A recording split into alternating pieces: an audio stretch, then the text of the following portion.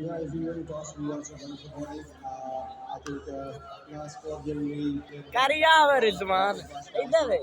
in our favor, but we try to bowl and Lagam. Yeah, but players very close in the last couple of games. What do you need to fine tune tonight? To be honest, I can't say that it's like a failed in any department.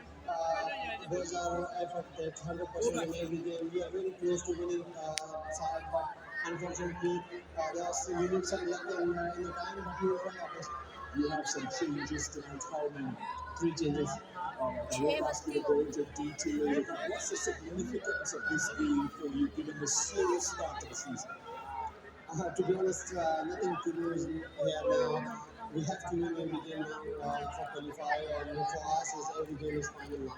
All the very best to you tonight, Shah. Thank you. Right, thank you very much to both captains. And just a reminder, Multan Sultans have won the toss. They'll be batting first. Sure.